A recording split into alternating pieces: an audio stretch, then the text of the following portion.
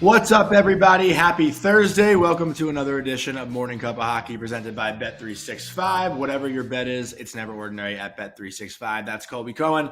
I'm Johnny Lazarus, and we have two unbelievable guests to finish off this week. We got Jackie Redmond joining in about 5 minutes, fresh off of a trip to Australia. So we'll catch up with her about how that went with the WWE. And then we got Don La Greca, the voice of the New Jersey Devils in his first year with the team for MSG after getting their sixth straight win last night.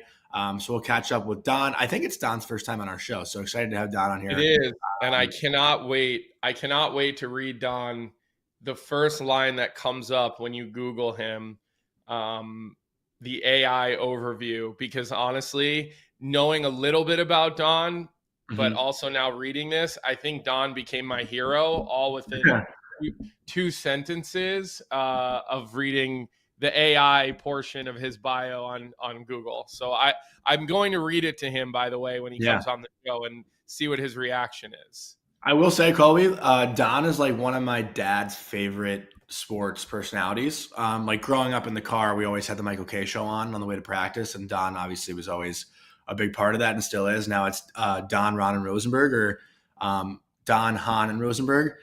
With Alan Hahn and Peter Rosenberg. Alan Hahn's a good friend of mine too, so excited to get some dirt on Don from Alan. But Jackie is here, so I don't want to waste any time, Colby, this morning. I do want to give a word from our sponsor, Bauer. This segment with Jackie Redmond is a presentation of Bauer and the Bauer Pro Sharp Advantage. This at-home sharpener gives you the ability to sharpen your skates with pro-level precision at the touch of a button. Leveraged by decades of progressive innovation, this machine is designed to be as automated, precise, and convenient as possible. Easy to use, the Advantage features an interactive touchscreen, user profiles, and has readily available how-to videos and troubleshooting tips to have you ready to sharpen like an expert. Whether you're sharpening skates in your garage, at the rink, or even on the road, the Advantage at-home sharpener ensures that your skates are always game ready. So learn more about the Bauer Pro Sharp Advantage at Bauer.com. And with that, let's bring on our friend, first appearance of the new season, fresh off a trip from Australia, Jackie Redmond. Jackie, how you feeling? I'm not going to lie, I'm tired, but I'm super stoked to be talking to you guys today. What's going on? I have to say, congratulations to Don La Greca as well on the gig. I work with Peter Rosenberg, so if you could get some dirt on him for me as well, that I would greatly appreciate any ammo that I can fire at him. So Jackie, we were talking about how we haven't really seen you much this season because obviously you've been busy with WWE. And Jonny was like, yeah, she's been in naming the places that you've been in Australia and this and that. And Vic asked me, he's like, do you ever want to go to Australia? And I was like, honestly, the plane ride seems too long to me. And Johnny's like, well, no, you can just stop in New Zealand on the way. I'm not good with geography. Right there. Yeah, New Zealand is like, you're basically almost there. But I will say, for Australia, beautiful country, amazing, incredible people. But yeah, the travel and the time change alone absolutely kick your ass. Like, I've been home for a week now and I'm still not sleeping fully through the night. So if you're ever going to go, just make sure you give yourself some buffer on the back when you come back, because it's insane. But I will say, it's so crazy to me that I haven't done a hockey game yet, and we're 3 weeks into the season now. It's so bizarre, and people keep tweeting me asking me if I still have a job. So to put on the record, I am still employed by TNT, and I'll be starting next week. So yeah. Isn't Australia opposite season? Right? We've seen that before, haven't we? Where you're kind of MIA in the beginning of the season because you're kind of finishing up. I feel like this is the norm, as much as it feels like it's been forever, but I feel like this is every season for you, isn't it? I do usually do the season or the TNT's season opener. I think I've only missed one before. So no, you're right. So counting this year, I've missed 2 out of 4 season openers. But I do usually start slower and then ramp up kind of as the season goes on. So, and honestly, I'm good with it because the Jays are going to the World Series and I haven't missed very many games, and I'm super pumped about that. So there's certain things I'm not normally able to enjoy with my schedule, and I'm getting to enjoy some of those things right now. So I'm pumped. I'm having people over for the game tomorrow. I'm like, what? In what world do I have friends that can come over. It's amazing. And the Jays, what? They haven't been in the World Series since '94. Is that what? Yeah. How long it's been? The last time they won. Yeah. Wow. So it's been a long time. I will say I read somewhere that some of the Jays were at the Leafs last game, and I was like, get out of there. Yeah, they were. Don't catch the thing. Why? Whoever runs PR, what are you doing for the Blue Jays? Don't let them anywhere near that mediocrity, okay? They have special sauce right now. You have to be very careful about who you surround yourself with if you are a Toronto Blue Jay or related to a Toronto Blue Jay right now. Please protect yourselves. I do want to jump into the Leafs a little bit, and I think you're like the perfect person to ask this question to. And I actually heard Jeff Marek say it on his show yesterday. Jeff said, when did it become not an 82 game season, but an 82 one-game season where after every single game, you're just critiquing and the sky is falling and we overreact about, again, one game. And this is gonna be a little bit long-winded just because like I want to put my thoughts together as I'm asking it. But obviously the Leafs have always been a team that's been judged on what they do in the playoffs. But I think just because Mitch left this year, the regular season is being criticized just a little bit more. And if he was still here, it'd probably be the same narrative of the Leafs will only be judged on what they do in the playoffs. But I think that's changed this year because of his absence and because they're still trying to figure out what they look like without him. Is that something you agree with? Like, how do you feel with critiquing their regular season so under a microscope this year? I'll say this as someone who has a tendency to be a little dramatic. I like to lean into the panic. I like to lean into being over dramatic about every little thing.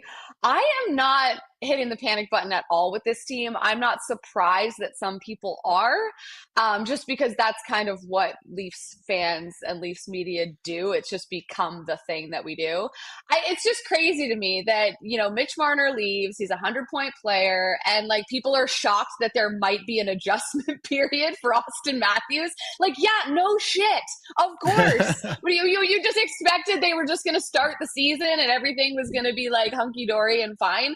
Like, of course there's going to be an adjustment period, even for a player like Auston Matthews. I've seen people online talk about like, oh, like the best players, they can elevate anyone. They can play. Like, yes, of course they can. But Auston Matthews has spent the better part of a decade playing pretty solely with Mitch Marner at his side, right? Like, yes, they've split them up for like a game here, a game there, never for an extended period of time. Like, they have been attached at the hip for his entire tenure as a Toronto Maple Leaf. So even someone like Auston Matthews, who is like still elite. I know people are somehow not believing that right now about Auston Matthews. Like, he's still upper echelon goal scorer in the league. To me, it's just wild that people are like, I can't believe the top line is like not fully figuring it out. Yeah, of course. Like, I Googled just before coming on here, I was like, let me just go on Twitter and search Matthew's name and see like first thing that comes up, just first thing, right? And I went to like, I didn't go like top tweets, right? Because I didn't want to get like, obviously it would be like an article about him. I wanted like just a random person in the trenches. What have they said? Yeah. So I searched, and I'm not going to say this person's name because I don't want anyone getting any harassment or anything. But the tweet actually has like 88 replies and 21 retweets. But it says, I'm starting to think Matthews' days as a top 5 or even top 15 player are over. Jeez, so, top 15 reactions. Yeah, I'm just like, listen, there's a time and place to be dramatic. 7 games into a season where you just lost a 100-point player, one of the best playmakers in the league, and Mitch Marner is not really the time. And like, who cares? The Blue Jays are in the World Series. Nobody's watching the Leafs right now. The only people that are talking about the Leafs right now are people that aren't baseball fans and the media who's paid to do it. Like, to me, it's like, if you're a Toronto sports fan and you care about baseball, I don't even want you to be aware of what's happening with the Leafs right now. Enjoy the World Series. Yeah, I kind of remember when the Raptors had their run because they went through the Sixers. And I'm not a basketball person, but obviously in the city of Philadelphia, that was a pretty big talking point with the Sixers for a while. And listen, Toronto is it's a passionate sports town. I'm sure if they had an NFL team, they would probably it would probably fit in perfectly. I can't imagine they wouldn't support that. So Auston Matthews on a bad day. I mean, I'm the first one to jump on Auston Matthews and stir up the pot.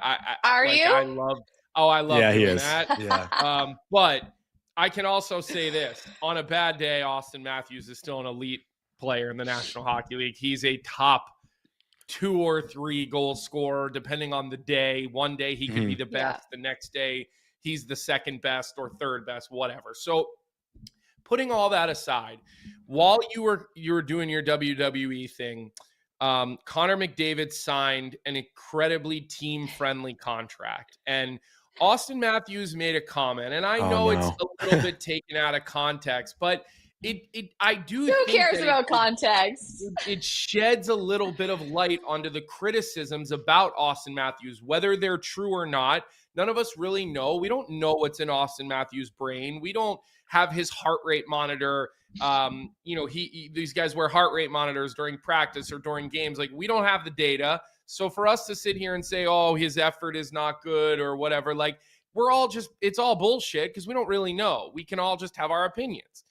Those comments, though, Jackie, I don't know if you caught them, and the way that they came off based on the other situations and the heat that he generally takes. And I said, I'm actually not going to make this into a big deal. We didn't drown about it on the show, but it is something that I sort of filed away, and I'm waiting for maybe April or May to say, you know what? And my wife does that to me all the time, by the way. Yes, smart woman. You should absolutely hang on to that and use it when you will get the most attention and most clicks for it. And that will be around playoff time. So you know what? I already had respect for you, but it just went up to another level because that is the pettiest shit I've ever heard. And I am so here for it. Like, I actually think that's incredible. And I can't wait to hear what you have to say when the Leafs inevitably play like absolute dog shit in like game 4 of the first round or something. Yeah, listen, it's my wife. She'll come at me from 7 years ago when we're talking about me forgetting to clean some plates in the sink. I mean, I'm learning. So wait, Colby, did you read the comment or not? Like, do you want me to say what the comment was? You can read it out loud if you want. I heard him say it. Like, I actually saw the TV of it, but go ahead, read the comment. Just for people. Yeah. Just for people who don't know exactly what he said, but like the comment that everyone was making the fuss about was when Matthews was asked about McDavid's extension, he said, I think for him, it's all about winning. And that, obviously could be translated in different ways. And all he's doing there is giving McDavid a compliment, but due to this circumstance, the situation, the market, the criticisms, Jackie, like, that's something, again, like, I'm waiting. I have that ready for May 7th to 10th, and I'm going to bring that back up. But you, as someone who lives in the market, who is someone who is deeply ingrained in this sport, right? Someone who actually probably knows the person we're talking about because of the work that you do. What did you think of that comment? Is that just like, no big deal, I'm being dramatic? Or like, is there some underlying conversation that has to go around that? So I didn't see the comment like the day of in real time. Someone asked me about it at work actually, and I was like, what do you say? Like, I didn't know. And so I was expecting like the comment to be something just that was going to blow me away. And I saw it and I was like, I could see how this is being taken out of context or maybe blown out of proportion for sure. But to me, like, it didn't really bother me not to like put a wet blanket on the passion that you've just displayed about this. But what I will say is I think there has been numerous times over the course of the last 10 years for the Toronto Maple Leafs, and it's usually Mitch Marner that's at the heart of it, where they say something where you're just like, why would you say that? Or why would you say that like that, right? Like the "we're gods" comment comes to just sounded like Sebastian from Mitch Marner, right? And I'm just like, this is the biggest hockey team in terms of popularity and profitability and eyeballs and pressure and all of that stuff. The players themselves say, right? So hard to play here. you would think they would have better media training sometimes with the things that they say. And Mitch Marner's usually the guy, and maybe he just he has foot and mouth disease and he gets in front of a camera in Toronto when he was there and would just say things where you're like, why would you say that? You're just digging your own grave here. And I think that's part of it. So I always think of that when these guys say something that's could be blown out of proportion, but he probably didn't mean it the way that it came off. What I will say is that, Auston Matthews after the game the other night said something to the effect of whatever. He talked about we just don't have our consistency, but he talked about mental focus. He referenced how they didn't have mental focus in that game. And a friend of mine sent me a quote the other day, completely unrelated to hockey, but just one of these inspirational, motivational talker speeches, whatever. And the person was talking about how we can only control what we can control. And if you could have amazing talent, amazing skill, all of these things, but what are the things that take no skill whatsoever? And mental focus is one of those things, right? That's a thing that you can control. And you might not get the results and you might not be the best player on the ice, but you can be 100% mentally focused. So the idea that Auston Matthews, the captain of this team, is talking about how 7 games into the season, the team is lacking mental focus, that's concerning for me. How is that possible? You're not tired. You're 7 games into the season. How are you not focused? And how are you not ready to run through a brick fucking wall after watching the Blue Jays punch their ticket to the World Series and having Anthony Stolarz kind of call the team out, which, by the way, I absolutely loved. And I hate that people are you probably won't see that again. I hope we do. Not every week, but when it's deserved and when it holds people accountable publicly from someone that's actually in the room, I do want to hear more of that. I'm rambling a little bit here, but my main point was to say that if you're having trouble being mentally focused 2 weeks into the damn season, what are we doing? How is that possible? I don't if you say that in January, February, okay, yeah, I get it. The Olympics are coming. You got a trip to, whatever, St. Bart's or wherever these rich people go. And you're not thinking about your game against the Sabres on Thursday night. I can understand that. We're 2 weeks in. You're trying to figure out your squad without Mitch Marner. You've got so much pressure. Auston Matthews is now going to shoulder all of most of the blame, I would say, because Willie doesn't give a fuck. And John Tavares is which honestly, and I say that as a positive. That is not a criticism on William Nylander. I actually think that if Mitch Marner, when he was in Toronto, kind of took on a little bit more of that, who cares? I think it would have benefited him greatly. But yeah, I just, that little comment kind of made me go like this, what? We're struggling with mental focus now? Mm-hmm. That's not good. To your point about Willie though, Jackie, I always found as a player, I played better when I didn't give as much of a fuck. When you overthink the game, and you put too much pressure on yourself, that's when I think you don't perform. And that's, a lot of what mental performance has to do with, right? It's all self-talk. And it's funny to hear Auston Matthews say that. I didn't see those comments come out originally after the game, but it makes a lot of sense too, because I'm sure a lot of these guys are looking ahead to what they're expected to do come playoff time, right? That's where all the pressure really is. And maybe that's where they lack that mental focus of, it is game 7. How do I, channel that part later and just focus on the now? Because the pressure is all about getting the trophy in Toronto, right? The pressure isn't winning game 8 of the season. But maybe that's where it's shifted this year. And that's why I asked you that original question, because without Mitch, there is more emphasis on game 7, game 8 of the regular season, where last year it was Brubays come in, they're going to figure it out. It's a process. They're building everything up for the playoffs, but now it's shifted. It's almost like they moved backwards. Yeah. And I will say this too, I really listen, the team as a whole, I am in the camp of you play for the Toronto Maple Leafs, you're a top player in the league, getting paid all the money that you've asked for. The criticism comes with the job. You don't get to sit here and be this isn't fair or this is hard. And because that's just, it comes with the territory. We all have things that come with our jobs that we choose that are not great. And like, I hate that. But I did feel like Mitch Marner took a way more heat than Auston Matthews over the course of his time there. And I didn't think that was fair. Like, I don't understand why Mitch took so much more heat than Matthews. But now that he is gone, Auston Matthews is going to feel that so much more, and hopefully he's ready for it and he can handle it. And I think that he can, because I do think that so far he has handled it well, despite being like, all right, this is the last time you're going to ask me about Mitch Marner. But yeah, that was great. By the way, think it was. I listen. Anything that gives us something to talk about, like, I'm here for it. So whatever, say whatever you want. And I hope that, we do see guys like Anthony Stolarz kind of just be honest. Like, yeah. I think with Leafs fans, I just think there's this idea, at least from the people in my life and some of the media that I talk to, where like a lot of these core players have been sheltered. The organization tries to protect them from the heat, from the pressure, from the media, not doing certain interviews, people saying things like, oh, like, we got to keep it in the room. It's like, you don't.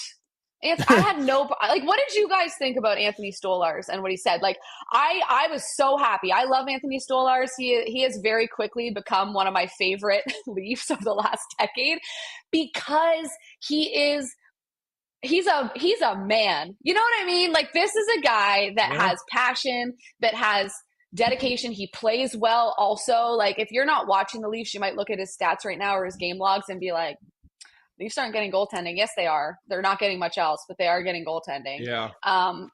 And I just think that he is somebody that isn't afraid of the criticism, and he's somebody that isn't afraid of holding himself and other people accountable. And I just really, really hope that he doesn't lose that. We got a little bit of that from Jake Muzzin back in the day when he came over and he publicly would say things and hold the team accountable when they didn't play well. That type of guy. And like, I agree with you. Yeah. And like, I'm sorry, but like, you need that. And so it doesn't always have to be public, but I think once in a while it's warranted. And so hopefully Stolarz doesn't lose that.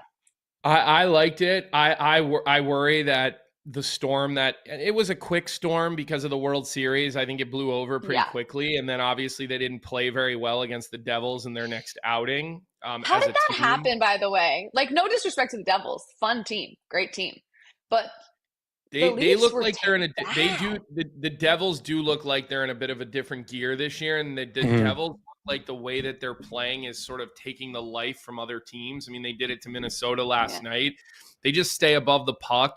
They're fast. And John Hines, who I have personal experience with going back to the NTDP days, like John Hines, if you follow his wishes and the way that he wants to play, you may not be a good team, but you will be a team that is really miserable to play against. And I think that's one of the things Hines is working on in Minnesota. So for Matt Boldy to come out last night and talk about, you feel like you're playing a playoff team with the New Jersey Devils and just the way that they're playing. So I'm talking a John Hines coach team just got out John Hines by the New Jersey Devils. It does shed some light onto the way that they're playing, Jackie, the New Jersey Devils, and you'll get to see it up close and personal, I'm sure, soon in the next couple of weeks with TNT.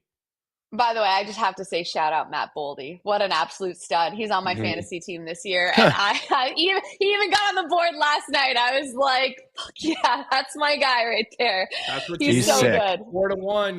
He is so good. Yeah. Well, so staying with the Stolarz conversation, like, I would agree with what you're saying. I like a guy that has the balls to call out, $25 million worth of players. And I think it's a good thing. I do think he probably, and Andrew Raycroft came on the show yesterday and he was like, he probably woke up and was like, oh, this is like a headache I that saw we now have that. to talk about. And like Razor's a goalie. He played in the market. He knows really well. So I hope that it continues. And I think it's important that it continues because, look, Matthews is never going to be that sort of vocal, brash leader. And John Tavares wasn't either, to be fair. But I think when you kind of talk about why Mitch took a lot more shit than Auston Matthews did in the market, I think the fans have jumped on the back of the fact that like Auston Matthews has committed himself to being a very, very thorough, strong defensive player. You know, he really has. His game has grown. Now, you're not making whatever he makes 13 yeah, or something. You're not making that to be a good defensive player. You're making that to lead the league in goals every year. Like, let's not kid ourselves. But I think that's probably why he gets a little bit more of a free pass. I think Auston Matthews has a really, really good to high-end B game, where I don't think Mitch Marner had that really high-end B game, Jackie, on the nights where he wasn't engaged. He was just kind of like collecting a paycheck for a big fat number and really not providing a whole lot. That would just sort of be a guess that I have. I don't know. I'm not there. I'm not in the market. I think too for Marner, it was some of the way that he handled the media as well. I think was also part of why fans were harder on him and the media as well. Like I think like sometimes he had a tendency to say like the wrong thing at the wrong time, or even just come off a little bit like it's me against you guys, as opposed to like, listen, the fans are a part of this team. This is a part of what we're doing. You know what I mean? I think like, especially in the last few years, it's felt like it's been like us against the world when it comes to the Leafs. And it feels like there's like this disdain for the market and the fans, which I think is so bad. Like that needs to go away. Like it needs to, like we need to mend that bridge and like have the fans maybe tone it down a little bit, not show up at people's houses. And I think that the Leafs need to like realize that the fans, as crazy and critical as they can be, really do want the team to succeed. Like the Leafs would have loved nothing more than for Mitch Marner to win a Stanley Cup in Toronto. You know what I mean? And that's what where the passion comes from. But to get back to like the product on the ice and specifically where Auston Matthews is concerned, like I know that you can't watch a game and know how much effort someone is actually giving. Like I have no idea. And I hate talking about effort because I don't think that it's necessarily fair. But what I can say is that I have seen games where Auston Matthews' fire is like emanating off of the way he's playing. And when he comes through and he scores a big goal, you see it in the way that he reacts. You can see that fire, that passion. And I know that it's there, and I just want to see more of that. I want to see more of that attitude sort of coming off Auston Matthews in the way that he is trying to dictate the pace of the game or trying to create in the offensive zone. I know it's different, and it's going to take time for them to figure out like, okay, what is our identity now? What is, because it's not the core four anymore. I still see people talking about the core. Like, that's over. That chapter's done. Matthews is gone. You still have like your core, like top level players, but like we need to get away from that. What is this team? What do they stand for? How do they play? And how are they going to be successful? And obviously that starts with your top line. But I think that the power play has been abysmal. The team doesn't even, I looked this morning before coming on with you guys. I was like, I wonder like how many power play opportunities the Leafs have even had. Like I know their percentage is bad. It's like I don't know. I think it's like 13% or something. It's not good. I'll tell you right now. But they're one of the lowest teams in the league in terms of power play opportunities. So this is not a team that is drawing penalties. So why is that? Where is that coming from? Because you look at a team like the Vegas Golden Knights, who's off to a good start, the Montreal Canadiens, like they are drawing penalties. They're getting more power play opportunities. And as a result, you know, they're scoring more power play goals. So what is that about the Leafs game? You know, are they not making it hard on the opposition to the point where like these players aren't having to take penalties and sort of break the rules to kind of like keep up or to slow the momentum? I don't know, but you can tell though that Chief's getting frustrated though. I'm not panicking, but he seems a little annoyed with the lack of production just in general, not from the power play, but just in general for the Leafs offensively. And just to answer you, it is 12.5% right now, 28th in the league. And like to your point, Jackie, I don't know how you define it, Colby, but if a team isn't generating enough power plays, I'd say it means they're just not sustaining much offensive zone pressure, because like that's how penalties are drawn, right? You're in the offensive zone for 45 seconds to a minute. The opposition gets tired. First thing that goes is your mind. They'll take a lazy hooking penalty. Like that's usually how it kind of goes. And that's been a case for the Leafs too. Like, you know, granted, the only full 60-minute Leafs game I watched this year was against the Rangers, and I thought they didn't really generate much offensively in that game until, OT Yeah. came around and Nylander makes a great play to Matthews. But I'm going to ask you a really stupid question. And Love stupid questions. Yeah, They're my favorite. But I think it's also like one of those like stupid, maybe smart ones, Okay. I've said I'm this intrigued. about I've said this about myself. I've said this about myself in the past in regards to the Rangers, and like, New York sports fans, while different than Toronto fans, still very passionate and still very miserable most of the time. The day the Leafs do win, what the fuck does Toronto media have to talk about? Like, I feel like this is almost like a perfect storyline every year where there's hope and they almost get there, but then it gives you so much room to critique and so many things to look back on and go over and just overall be angry about. So the day the Leafs win the cup, like, what is the storyline the following year? Like, are Leafs fans going to be all over the players the following year? Like, how does that work? Do they just get a pass? No. I think my initial thought listening to your question is probably that if they win, it is just going to alleviate so much tension for the fan base. Like the majority of fans, right, that are over the age of like, I don't know, 15 have spent like their entire life watching this team either suck or not live up to the expectations, right? But So there's it's fun like, in that. there's some fun in that. Listen, there is fun in being down and out. It's easier Yes. to do our jobs when teams are struggling. We all know this. It is so much easier to be like, oh my gosh, what are we going to do with the top line? How do they fix the power play? Their top D pair is atrocious. Like, it gives us stuff to talk about. When everything's going well, you're just like, oh, hey, Jack Eichel. He's awesome. He's so good. And then like, what? And then what?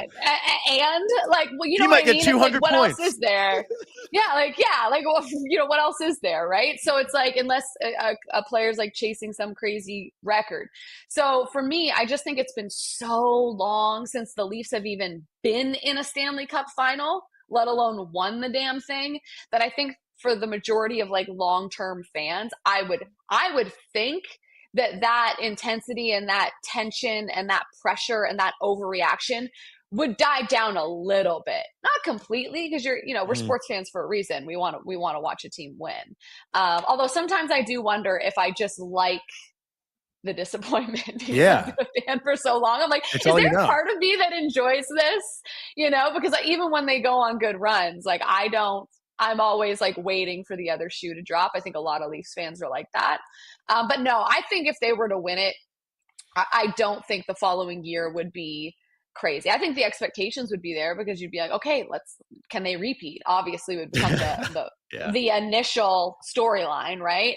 But outside of that, I don't think people would be like panicking 7 games into the season. Even now, like I am not ready to panic over this Leafs team. And it might be good, honestly, for the Toronto Maple Leafs to be a team that is just like fighting for a wild card all year. I don't hate that. I really don't. I think that it might force them to actually answer questions and solve problems that they've been avoiding for years. So like, let them struggle.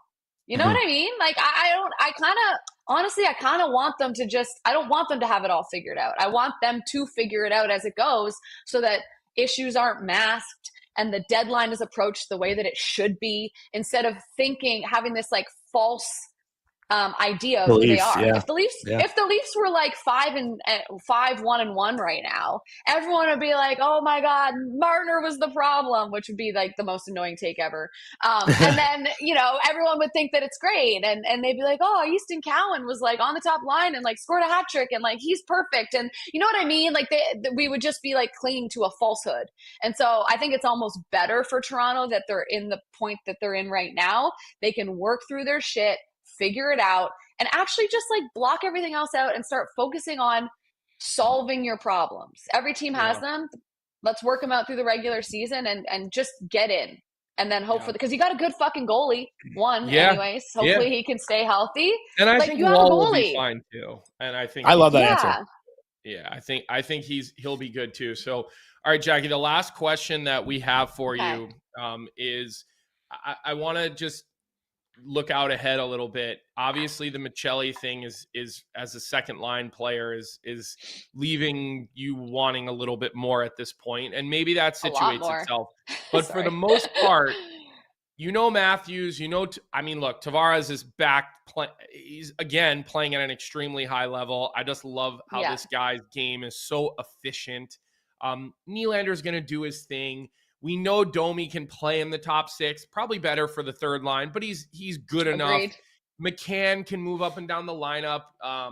There's options there. Joshua, again, he's a good third line player. Like, you do have pieces here, but I want to read some of the names to you, Jackie, of free agents, that guys that are UFAs, right? And I'm just curious from your standpoint, if you put your manager hat on here for a second. Oh God. Panarin is up.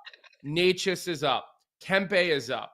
Okay, I'm not even going to read Ovechkin's name because that's not realistic. Tuck, Rasmus Anderson, Nick Schmaltz, Mike Matheson, although Matheson's going to end up re-signing in Montreal. And I think most of these players end up re-signing, but Anders Lee, okay, Patrick Laine, Jacob Trouba. These are some of the names of guys that have commanded big dollars in the last number of years.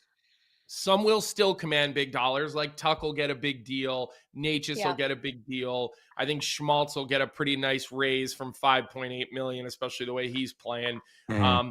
Is there one of those names that step out to you as a guy that maybe could help this team get over the hump? And look, I know the sexy answers like, oh, Panarin is obviously like the number one player on that list, but I guess from my point of view, he probably wouldn't be number one at the top of my wish list. So I'm curious from your standpoint, if any of those names jump out to you, and if not, like, there are other names. I mean, Malkin's, UFA. Ferraro's a UFA. Bunting is a UFA.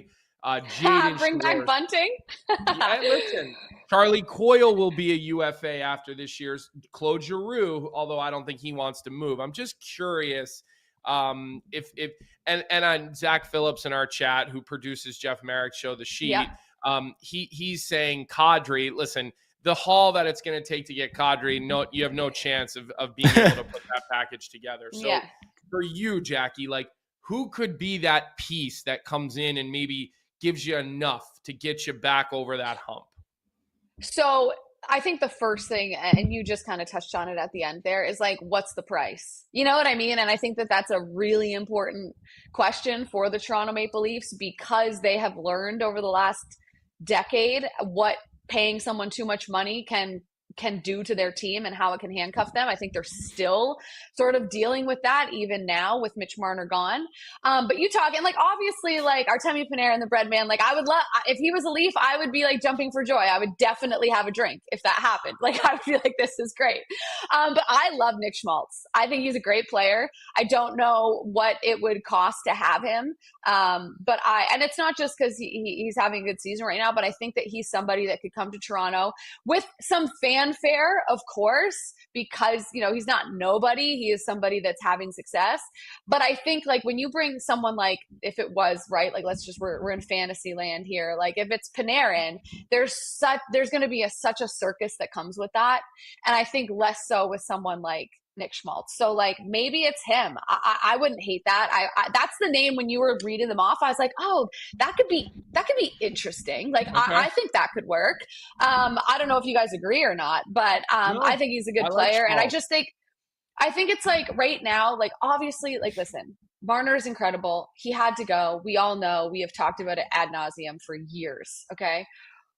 But I do think that the Leafs do still kind of need another player in their top six that, like, poses a threat. Like, listen, I love Max Domi. I think him in Toronto is, like, probably the best place for him because of his family and where he's from. And I think, like, we're getting a very good version of Max Domi. I just think he could be so much more effective if he was on the third line consistently and playing down there and kind of being like a true to form third line role type of guy, and have someone else like a Schmaltz up in the top six, sort of presenting a little bit more of a threat offensively. Like, you still need to have players on the ice that, can score big goals and play big minutes and be effective in all of those minutes. And I just think that Domi's probably a guy that is so much more effective as a guy that's playing, isn't playing 20 minutes a night, right? He's playing like bottom 6 minutes, and getting put out in situations that put him in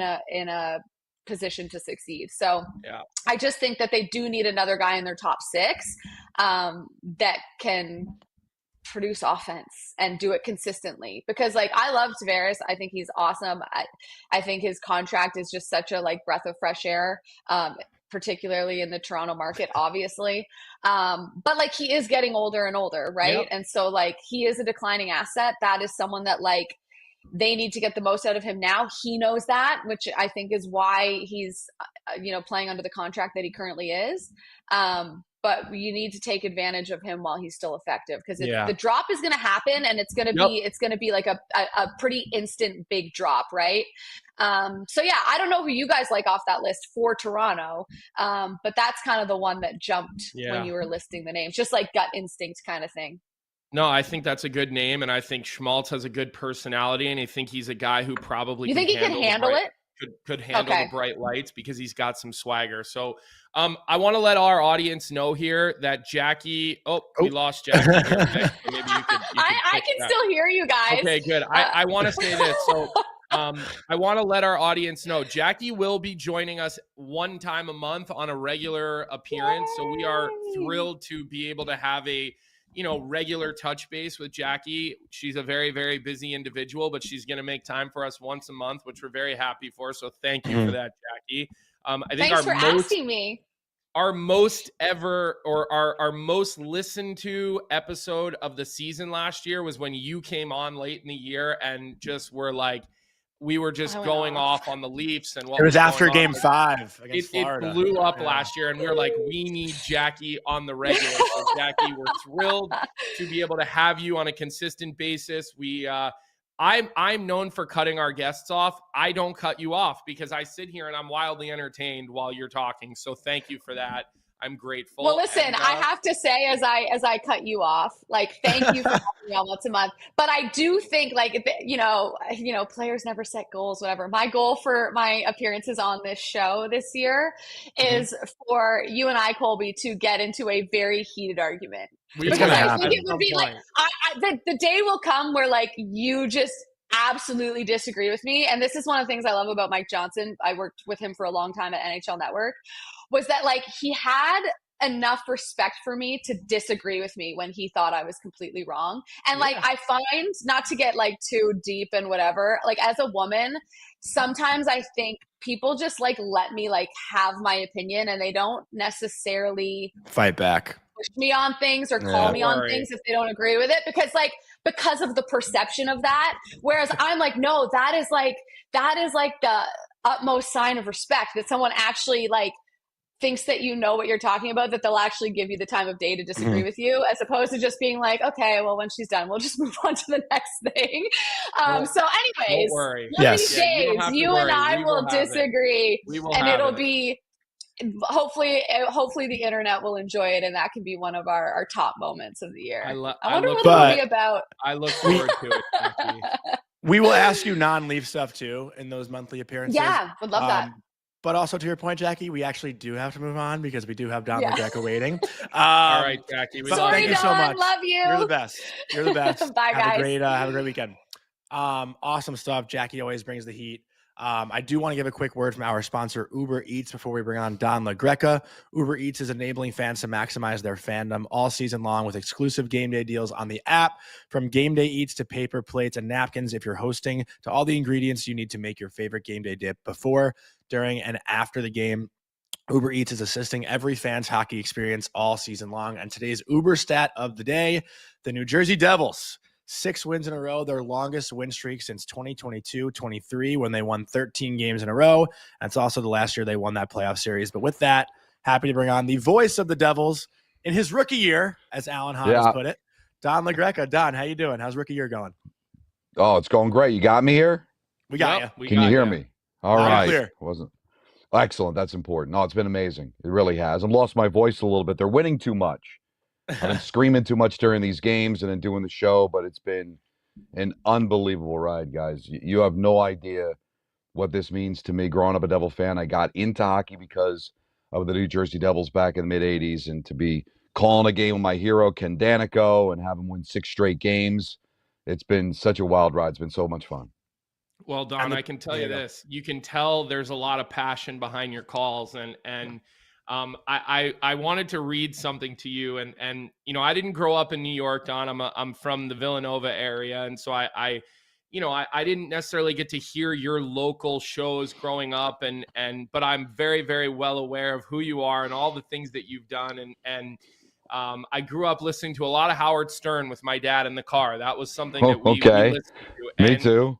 I laughed because this morning, as I'm just trying to do a little bit of extra research on you and make sure that I have facts straight and everything, when I put your name into my Google search bar, the AI overview that came up, it really made me laugh. And I want to read it to you. It says, Don La Greca is widely considered opinionated, especially when discussing sports, and he is known for his, quote, unhinged and passionate rants against callers he disagrees with. Don, at that point, I stopped reading and I said, Jonny, Don La Greca is my new hero. I didn't read anything else other than that because I said, you know, Kenny Alberts told me all these things over the years, you know, none of them good, by the way, Don, right? None of them good, right? Of course, from Kenny. Wow. But I read that and I said, I love this guy. I love that. I think, because that's what happens on our show with our chat. Yeah, if you're passionate about something, right, you just got to let it out. And people have said to me, even my co-host Michael K, when I used to work with him, would say, "You're gonna have a heart attack." I'm like, no. If I keep it in, I'm gonna have a heart attack. You got to be able to let it out, and that makes me feel better. It's cathartic. Listen, I'm passionate, and when I first got the Devil job, I mean, all of the listeners were so happy because they knew my backstory. But there were a lot of Devil fans that had never heard of me. So I'm getting tweets from people saying, "This is our new Devil announcer," and me, you know, screaming Matt Forte and we know, and Ed Cranepool. I was like, I think they've hired a maniac, because if it's taken out of context, I seem like there's something wrong with me. But in the moment, I just get so worked up, and I've got a short fuse, and I kind of just let it go. It's all in fun. Sometimes I black out during it, and I don't even remember what I was doing. But it's something I'm kind of known for. It could be embarrassing at times, but listen, I wear my heart on my sleeve. Everything that I do out of the pure motivation of just loving it. And if you wear your heart on your sleeve, good or bad, I don't think there's ever anything wrong with just showing your listeners or your viewers exactly how you feel about something. And I think that resonates with the audience. Don, we need more people like you calling hockey games, not less, because we definitely have a lot of really, really talented play-by-play announcers, but a lot of them sound exactly the same. When you're doing a game, whether you're doing Rangers radio or whether you're doing Devils television, you know it's Don La Greca doing the game. And you know, I think you used to do some games with Westwood One, if I'm not incorrect, back in the day with Howard Deneroff and those guys. And I would come in and do some games with Sam Rosen, and then I think maybe the next night you'd be in doing some of those games as well. Obviously, we never crossed paths doing them, but there was always just, hey, this guy, you know, it's real, it's genuine, and I something that I strive for with what we do in the morning and when I'm calling games, and so. Again, like, I love it. I truly, truly love it, Jonny. I know you got some things you want to talk about, but I wanted to take us off on a little tangent there first. Yeah, I'll just take it from there, Don. But speaking of that passion that comes to the screen, like, I know this is not something that you just came up with recently. How many years have you been waiting to say, put a pitchfork in this one? That's got to be something that the childhood Don La Greca had planned for years. Well, it wasn't that long, believe it or not. When I was doing the Rangers and they got Patrick Kane, Michael K said to me, "You got to have a signature call. You should do, when he scores, say Kane is able." And I'm like, well, first of all, that sounds stupid. And second of all, that's not me. That's not my phrase. That's not something I've ever thought about. And I don't know if you remember, like years ago, I don't know if the Devils toyed with changing their logo or they used kind of an alternate logo of an actual devil, the red devil with the pitchfork. And I always thought that was cool, and they put it on some hats and stuff. And it kind of just, that pitchfork kind of stuck in my head. And of course, the Devils mascot always sticks the pitchfork in the center ice at the end of games. So when I got the job, I was like, all right, maybe I'll try to think of something that would resonate. I'm a big Met fan, and I love Howie Rose at the end of games saying, put it in the books. It's not something that's that crazy, but it's a signature call for him. And I was like, you know what, maybe I'll give it a try. And I didn't do it in the preseason because I wasn't sure. And after the last game when they beat Tampa, I threw it out there. It felt good. And it got the reaction. I was just so surprised that there's temporary tattoos that I see people have, and I'm getting tweeted it. So it kind of came to me over the summer, but the way you brought it up to me about like the lifelong Devil fan in me, I guess it was just something that kind of was brewing inside, and it just kind of came out when I got the gig, and it's been fun to do. I've done 6 games and I've said it 6 times. So let's keep it going. Yeah, that's unreal. When you put it that way, that you're 6 for 6 with that, unbelievable. And again, like for people who weren't familiar with your Devil fandom, like I know Alan again had told me that you're the fraud judge on the show, and you mentioned Devils fans were a little critical when you got the job because you've been doing Rangers for so long. Like, do you feel that love already from Devils fans? Do you think you've won them over here? Obviously, it's easy when they've won 6 in a row. But are you starting to feel like you're immersed in the Devils fandom, even though you always have been yourself? It's so weird because, like I said, I fell in love with the sport because of the New Jersey Devils. My first game, February 22nd, 1987, they lost to the Islanders 7-0. A puck went off of Claude Loisel's head. It was an embarrassing game, but I fell in love with the sport, and I was just so passionate about the Devils. And then the Ranger job came up. The only thing more passionate I am about the Devils is myself and my career and how hard I've worked to mature that. So I took advantage of the Rangers opportunity, and I had to shut that off. I had to shelve it for obvious reasons. Yeah. And it became clear in 2012 in the conference final when Adam Henrique's celebrating, and I'm standing there at the glass saying my season's over instead of celebrating like I would have if I was, 18-year-old Don La Greca. So to come back, it's almost a flashback, seeing people that I haven't seen in a long time. And the phrase I keep hearing at the Rock is welcome back, welcome home. It makes me feel pretty good. But the Rangers were great.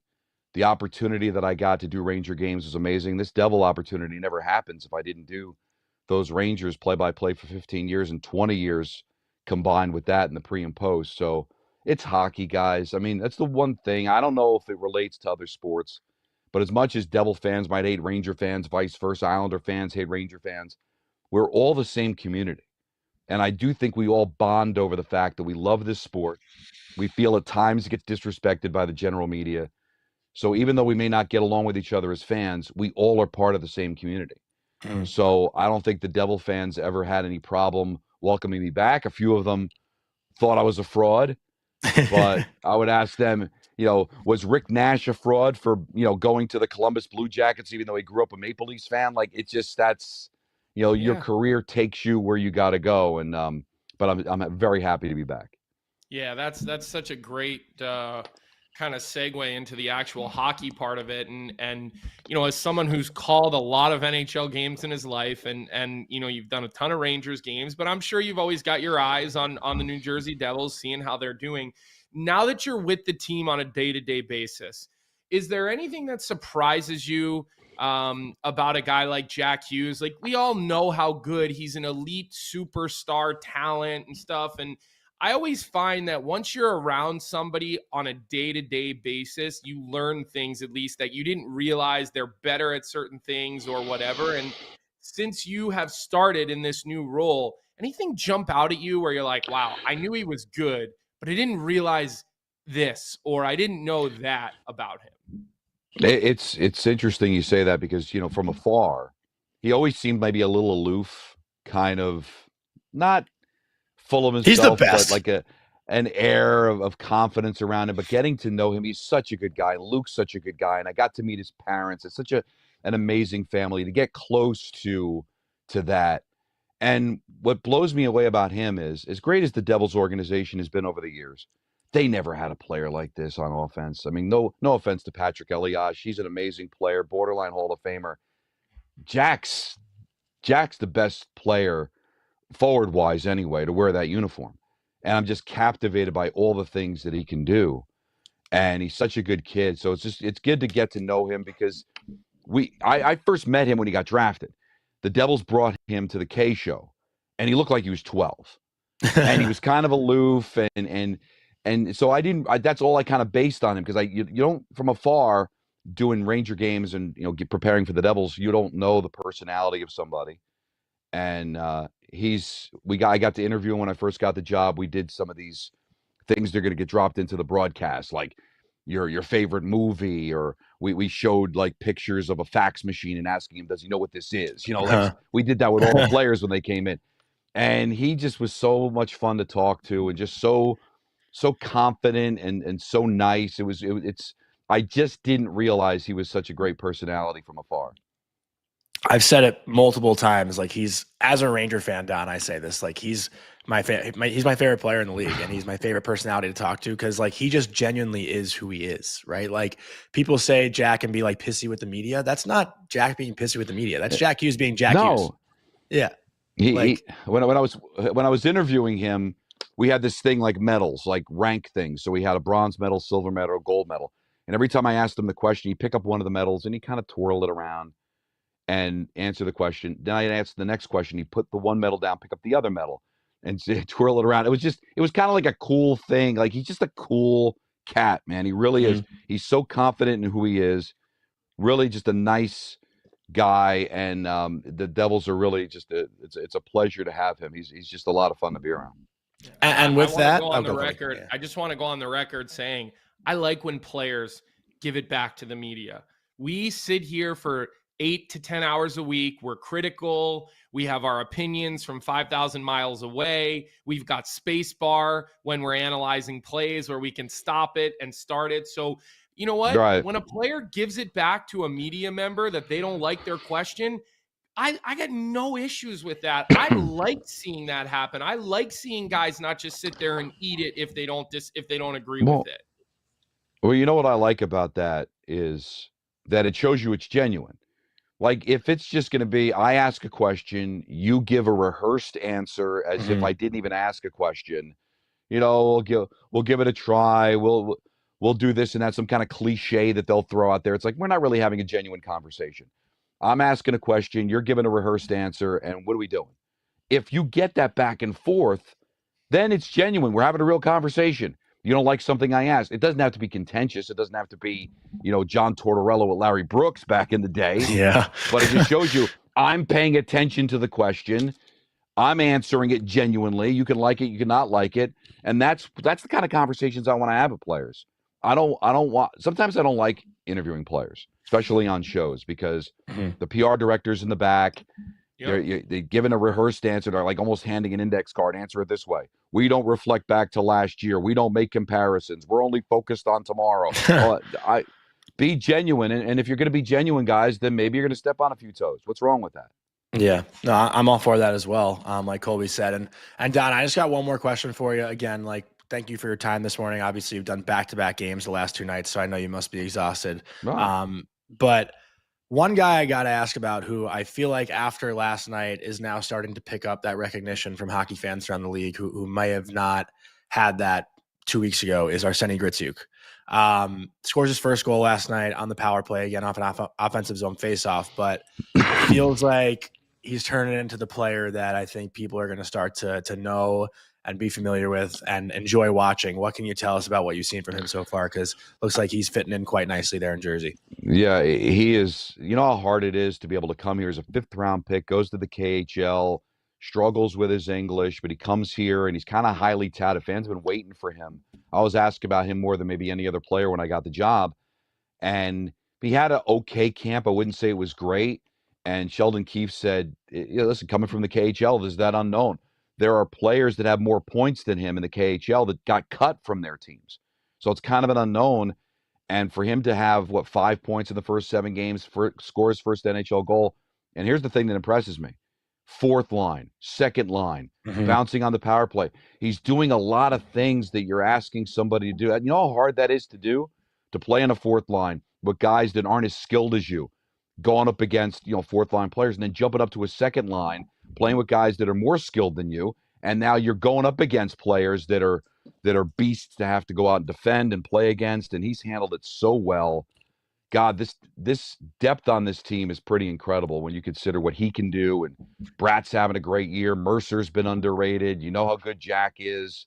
Watching Palat every day, guys, you see how integral he is to the success of this team. Timo Meyer, I mean, I've never seen depth offensively on this team, and the blue lines even contributes offensively too. So it's been a lot Brendan of fun. Dillon. Yeah, back-to-back games with goals for Brendan Dillon, right? I think he's got 2 in a row. Oh, he's a great kid. So I just love hanging out with him, talking hockey with him. He's been a pleasure to get to know in the first few weeks here. Yeah. Well, Don, thank you so much for your time this morning. Both, again, Colby and I, super pumped that you've gotten this gig. And I think anyone who's listened to you on the radio growing up like I have, super happy for you. So I'll see you on the Chase Bridge at some point soon here. And again, congrats on everything. Yeah, March, the NHL schedule maker is great. Rangers, Devils, not till March. In March. It make a lot of sense. It's kind of silly, but listen, that's like 3 days into the season when you have no games on a Friday. Like trying to figure out why they do what they do it's gonna give us all a lot of head scratching moments. We've kind of given up on that. Well, guys, I got to tell you, I never got a reaction like I did when you teased that I was going to be on the show. People love this podcast. I love this podcast. It was an absolute pleasure to be on with you guys, and I can't wait to see you at the Garden. Yep. Thanks, Don. All right, Be good. Give Alan a hug for me today. Thanks for being real. Take care, man. Seriously, we appreciate the genuine realness to everything you do. So have a good day, and thanks for coming on. Awesome stuff from Don La Greca. Again, if you are not familiar with him, start getting there because the Devils, again, won 6 in a row. An unbelievable home broadcast or regional broadcast if you have ESPN Plus and you can pick home or away. I say go with the Devils broadcast 10 out of 10 times. We have one last order of business, Colby, to get to before we wrap up the week, and that is the MSG Mega Bowl. And that's going to be our Bet 365 bet of the night. Whatever your bet is, it's never ordinary at Bet 365. So download the app and get in on the game. And remember, you must be 19 or older. And when I say MSG Mega Bowl, if you have not been following, I refer to that because obviously it's from the movie Semi-Pro. But the San Jose Sharks have not won a game yet. The New York Rangers have not won a game at home yet. One of those teams is coming out of MSG tonight with a win. And it's obviously like the Flint Tropics playing for 4th place. That's kind of what it feels like tonight. So if you don't get the reference, please go watch a movie. And we are going to take, because I'm looking for the reverse jinx, the San Jose Sharks plus 220 on the money line to come into MSG and get their first win of the season. I'll be at Sharks Morning Skate here in about 30 to 45 minutes. So we got to get going. But that's all I got for the rest of this show, Colby, and I'll let you send everybody off. Yeah, listen, thanks for a great week. Make sure you hit that like button. The likes are light. Leave comments in the stream after we're done. Put automatic downloads on Apple Podcasts, Spotify. I know you guys all have our back with that. We are grateful for it. It'll be a long weekend of hockey. There'll be plenty to get to by the time we're back Monday morning. Jonny, great job getting Don La Greca. Jackie was a great guest as always. And I do look forward to the day her and I have to get into one of those uncomfortable, almost sibling-like arguments that we'll probably have on our show, because it will happen at some point. So it'll be great to have her as a reoccurring guest this season. So with that, we hope everybody has a great week. Hit that like button on your way out. Get those downloads going. Leave your comments in the stream.